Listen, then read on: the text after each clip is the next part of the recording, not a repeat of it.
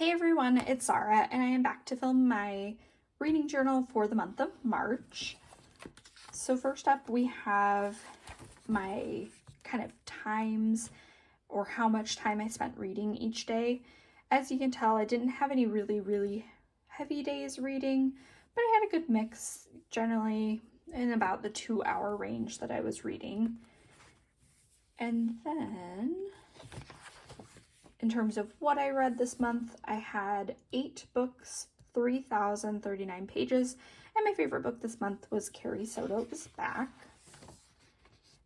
And as you can see here, I have when I started and finished every book that I read this month, and I enjoy kind of looking at the overview to see when I was reading things or how many things overlapped.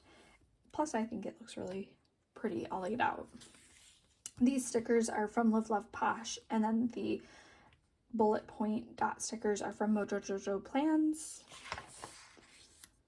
So then moving in, I have what type of book I was reading, Kindle, physical book, or an audiobook. I read nearly every day this month. That's been a goal I've been trying, since the start of the year, and I think I was just short one day this month. I also list off my books that I want to read. Sometimes I list them all out beforehand as a, kind of TBR. Sometimes I just add to them as I pick up books. So this is everything that I intended to read. The only one I didn't finish this month was Daisy Jones and the Six, which I'll talk about in April. Then I have my 2 games or reading kind of challenges that I've been doing. Bookopoly and Roll Your Read. I didn't finish my Roll Your Read, but I did do my Bookopoly. I also have the bingo that I set up in my reading journal each month. And the ones that I didn't finish were, I didn't read my book of the month this month, I didn't read a classic, and I didn't do my Roll Your Read. So otherwise, I had a pretty good month in terms of goal setting. I read a book that my local bookstore was doing for a book club. I didn't go to the book club, but I did read the book. And then I read 3 out of the 4 library books I had checked out this month, which was pretty good. Then moving into the back, I have my Goodreads tracker. This is from the Shelfie Chronicles, as well as the stickers inside, just to track and see kind of what format of book I was reading for the most part. And then I have my monthly review from Plan with Elise, which again just marks down how many books I read. As you can see, I read less books in March than I did in January and February, but I feel like 8 is pretty standard for how many books I read, so definitely not disappointed by that at all. Then, moving back here to the individual books, we have Starling House as my first read. This was a book I really enjoyed. So you have Opal. She is really barely getting by. She's had a lot of hardships in her life. Her mom dies, and Opal doesn't want her brother to go into the system, so she kind of quits school and starts taking care of him. She really loves her brother and wants him to have a better life than she has. They live in a motel. They're definitely, kind of struggling to get by. And she has dreams of sending him to this really nice school because he's really smart, and she thinks he could do a lot with his life. And in this town, you have Starling House, which is this kind of creepy mansion that no one has ever been in besides the Starlings. They get their groceries delivered to the front gate. They don't generally interact with the rest of the town. And somehow, Opal ends up getting a job cleaning the house. And so she, obviously is in it for the money because it's a well-paying job, and she wants to earn money, to help out her brother, but also too, she's kind of interested in Starling House because there's, a lot of mystery around it as well. So really enjoyed it, thought it was told in a really fun way, and yeah, honestly, it was just a really enjoyable read. Then we have One Summer in Savannah. This one is definitely on the harder to read scale, just in terms of it's a really heavy book in a lot of parts.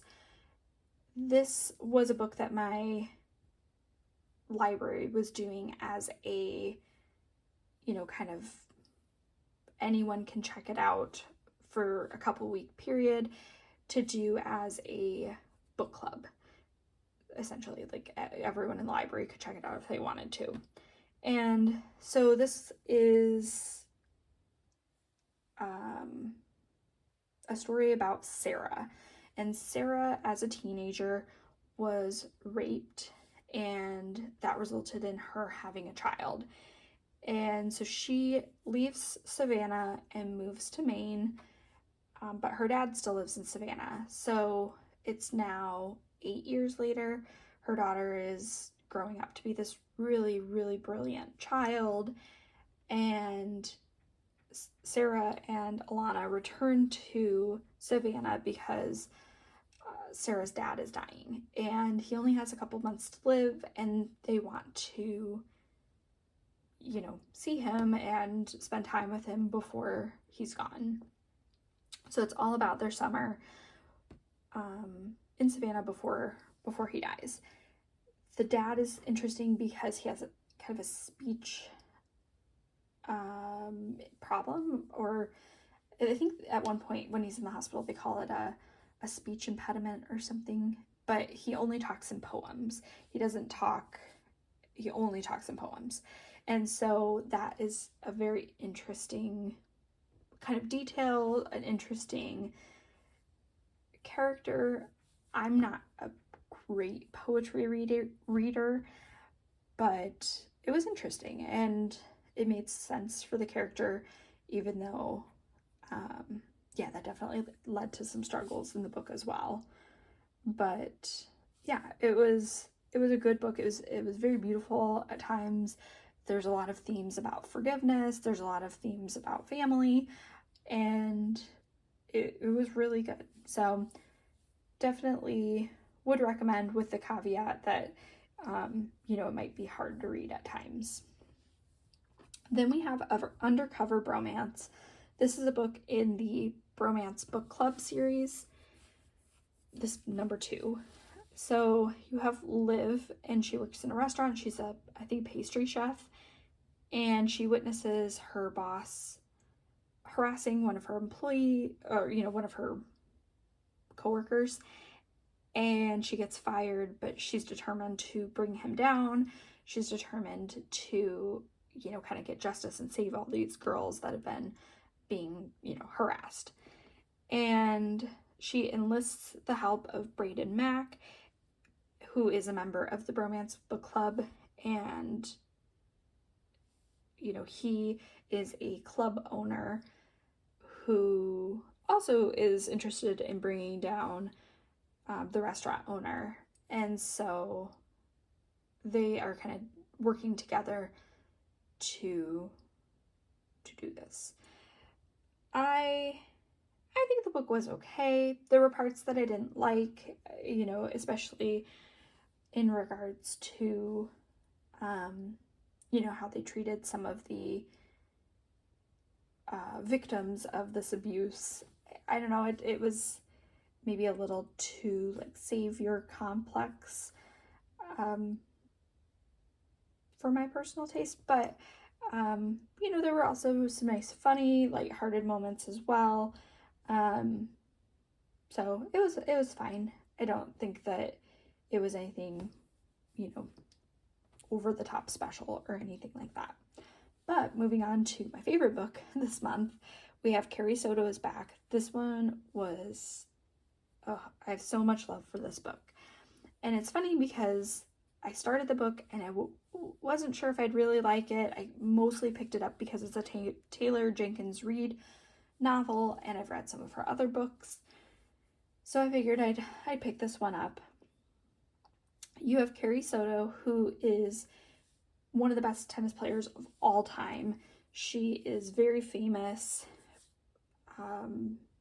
for setting a bunch of records. She's not very well liked personally.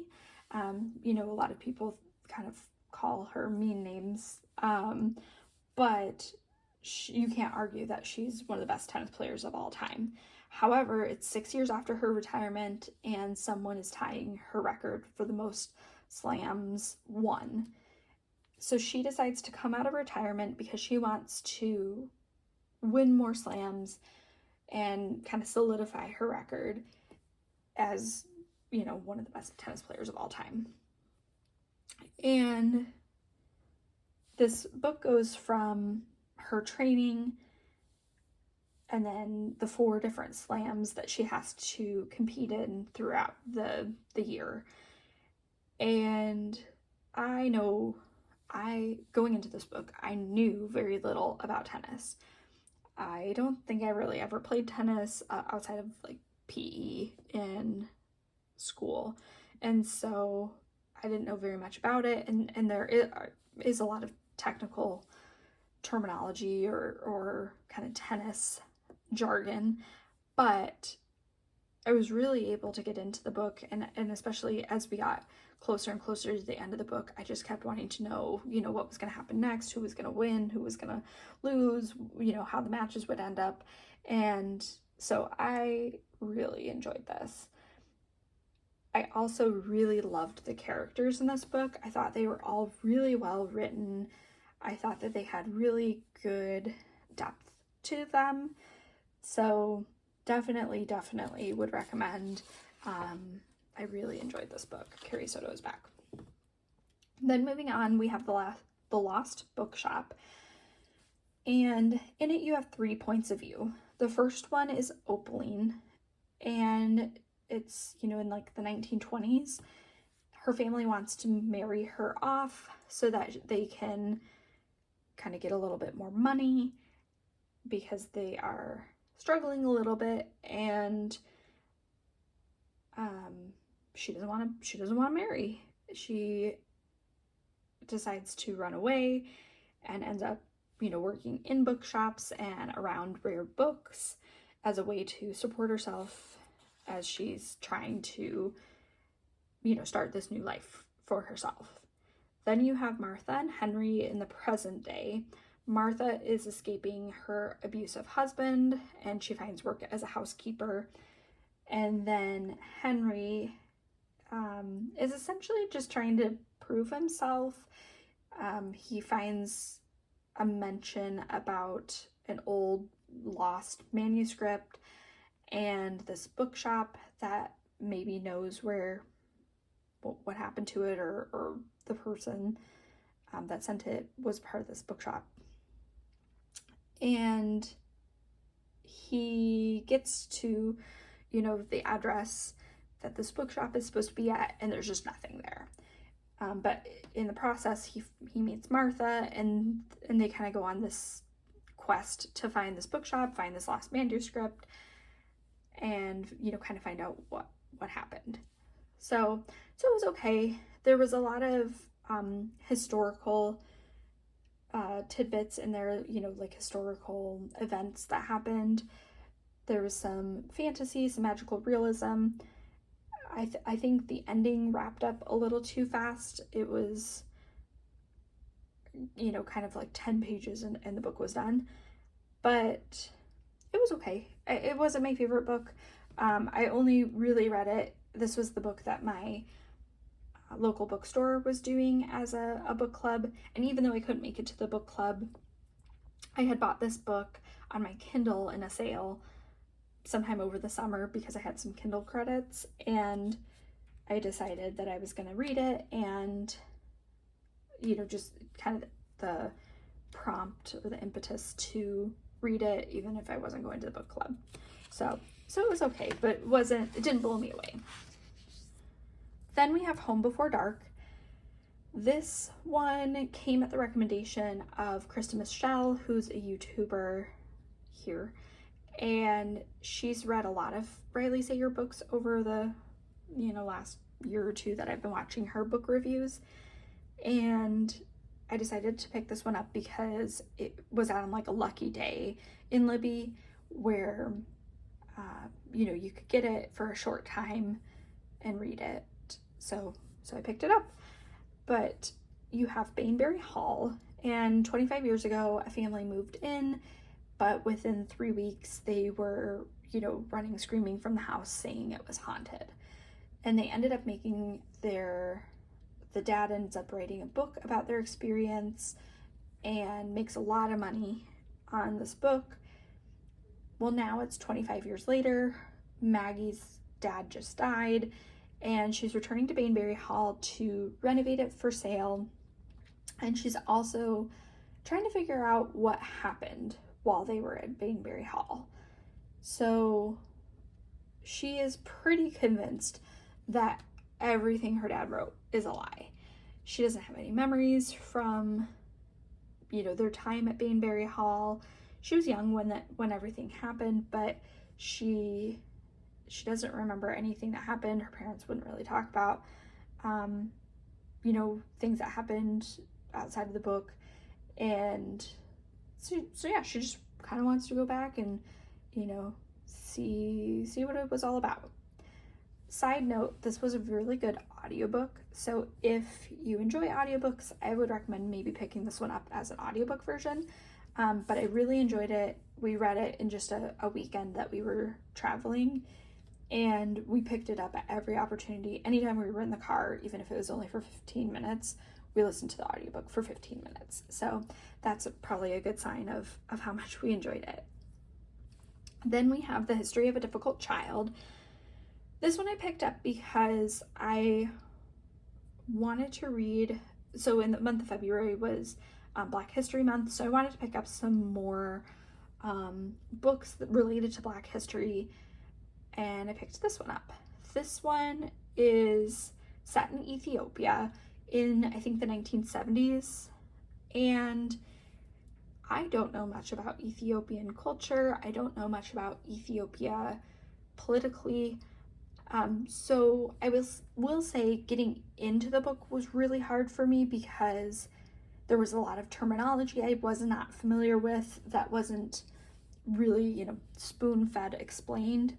And then also too, just trying to figure out everything that was going on, because not all of it was explicitly stated in terms of, all the political war and turnover and things like that. So yeah, anyways, I really enjoyed this book at parts, but then in other parts it was hard to get through. So you have Salam, and she's the child of kind of this medium big size family. She has, I think, 5 siblings or something to that effect, or maybe she's the fifth child.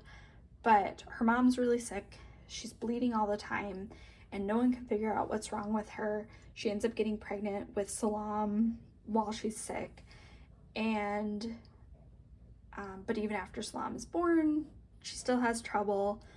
And in her struggles, she ends up converting to Protestantism, which apparently is not, we're not really allowed religious freedom. So that was kind of set them apart as being, kind of weird, different. Also too, her parents were apart, like they used to be landowners, which basically sounded like some sort of a feudal system, maybe, where they owned the land and then they had servants that worked the land. And when the first political revolution comes through, they take apart that feudal land system and give all the land to the servants that were working underneath the landowner. And so They kind of have a couple of different things that set them apart from other people in their village or their town. And so they're not particularly always well liked. They're kind of gossiped about. They're kind of different than a lot of other people. And so it's all about Salam, growing up in this kind of unique situation. So yeah, anyways, that's all I'll go into with that. But it was interesting. Like I said, if you know more about Ethiopian culture, maybe that would help.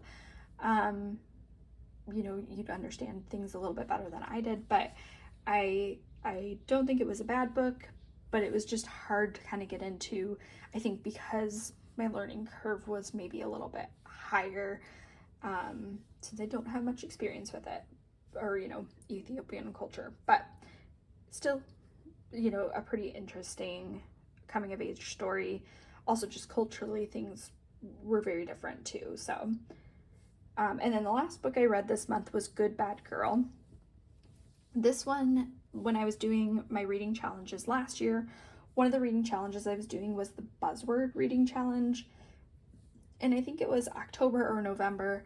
One of the prompts was to read a book that was basically had some sort of an adjective in the title. So like good, bad, etc. And in my, searching for a book, this one came up. I put a hold on it and it basically said, don't get your hopes up. It'll be a while. So I finally got off the hold list for it and finally read it. And to be honest, I didn't know much about the book. I literally was picking it off of the title. But you have Edith, and she lives in a nursing home, and she basically was forced into living in the nursing home by her daughter. She said her daughter made her sign all these papers and, made her get rid of her dog, and she doesn't want to live in the nursing home. She's not that sick, or, she could take care of herself. She just wants to go back to her home. And then you have Patience, who's 18. She's working in the nursing home, kind of, like under the table, because you get that she has some sort of an interesting past, and she becomes friends with Edith. Edith doesn't leave her room. She doesn't participate in any of the activities in the nursing home, and Patience cleans her room and kind of befriends her.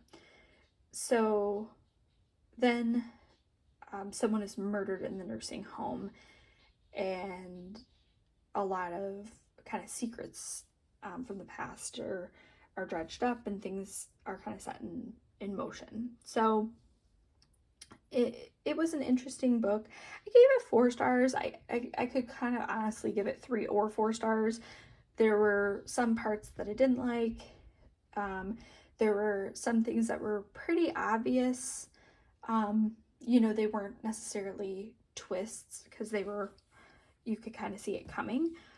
But then there were a couple of other things that happened that I didn't see coming. So I don't know. It was all in all okay. My husband, when we were listening to this audiobook, he at one point turned to me and said, "Man, I don't like any of these characters. Like, I kind of hate them all," And so yeah, they're not necessarily super likable characters. And I think that's, the title Good Bad Girl, it's kind of talking about like, you're a bad girl, or like you've been born into the situation that's bad, but you're trying to do good things. And so there's a lot of like good and bad themes that kind of come up throughout the book. So all in all, I thought it was good. Maybe like a 3.5 stars. We rounded up to 4. And then just quickly scooting through my challenges, I read a book with a green cover, was Home Before Dark. This is my monthly reading challenge from Peanut Butter Taco. Then we have the Pop Sugar reading challenge. Definitely, kind of things are getting filled in here and there. The one thing I will say is this is by the sticker party. And the one thing I don't like is that these boxes are colored in. So sometimes I'll write something down and then I'll scroll back and I'll find a different prompt that maybe fits the book better. And I can't, you know, white it out and put it somewhere else. So that's also on me that I shouldn't just pick the first prompt I see. But that is something that I've noticed, that there's been a couple of times when I've written something down and then I regret putting it for that prompt because I would have probably moved it to a different one. This one is the Harry Potter and the Order of the Planners Flourish and Blots Newts Challenge. Again, just kind of slowly picking my way through it. I'm trying to be more graceful with myself this year in terms of, you know, I know I probably won't complete all of the challenges, but that's okay. They're just kind of fun to add in at the end of reading a book. Then I have the Taylor Swift reading challenge, which I don't think I added any of the books from this month on there. Then I have another peanut butter taco challenge, which I'm almost done, or, you know, I'm definitely filling that out really nicely. This one is an A to Z reading challenge from the Shelfie Chronicles, which I'm doing really excellent on this, considering it's only, you know, 3 months in, and I'm down to, you know, under 10 prompts. It's pretty good. And especially too, I feel like I've gotten a lot of my hard letters out of the way. So then I have the genre challenge again from the Shelfie Chronicles. And then read the states. Still have a lot of states to go, but that's good too. Then I have my thriller and mystery challenge. I have, this one is from the Shelfie Chronicles and this one is from Peanut Butter Taco, which they do have similar prompts. Read the Screen. I've read most of the books on my Read the Screen, but I just need to watch some more movies. But Lessons in Chemistry is the one that I'm watching right now, and that show is really good so far. Then we have the Black History Readathon. I did have 2 books that I finished that fit in this prompt, or this challenge. I think technically Black History Readathon you probably would have done in February, but I just figure I'll fill in books throughout the year, and this one is from the Shelfie Chronicles as well. Then I have my book bingo. This is a printable from Plan with Elise, and as you can see, I'm getting close to getting some bingos. I might actually get a bingo this way, maybe in April. And then I have Book Tetris, again, just kind of filling it in. Have not read a single memoir, so maybe I shouldn't have made that its own tile. Maybe memoirs should have fell into other, but I feel like I read a lot of memoirs in 2023, so I'll have to find one sometime this year to read. Then I have Roll Your Read, which again is from Peanut Butter Taco, and again it's like a dice rolling. There's a set of cards that will tell you what prompts. So I'm still waiting to finish this one. That's the one that includes a map. But I have a book picked out for April, so I should be completing that soon. Then I have Bookopoly from the Shelfie Chronicles, but she no longer sells this one. And yeah, slowly kind of filling this one out. I've only been reading, you know, about 1 prompt per month, so I definitely won't be finishing this one anytime soon. But that was everything that I read and my reading journal all filled out for the month of March. I hope you enjoyed, and I will catch you in my next video. Bye now.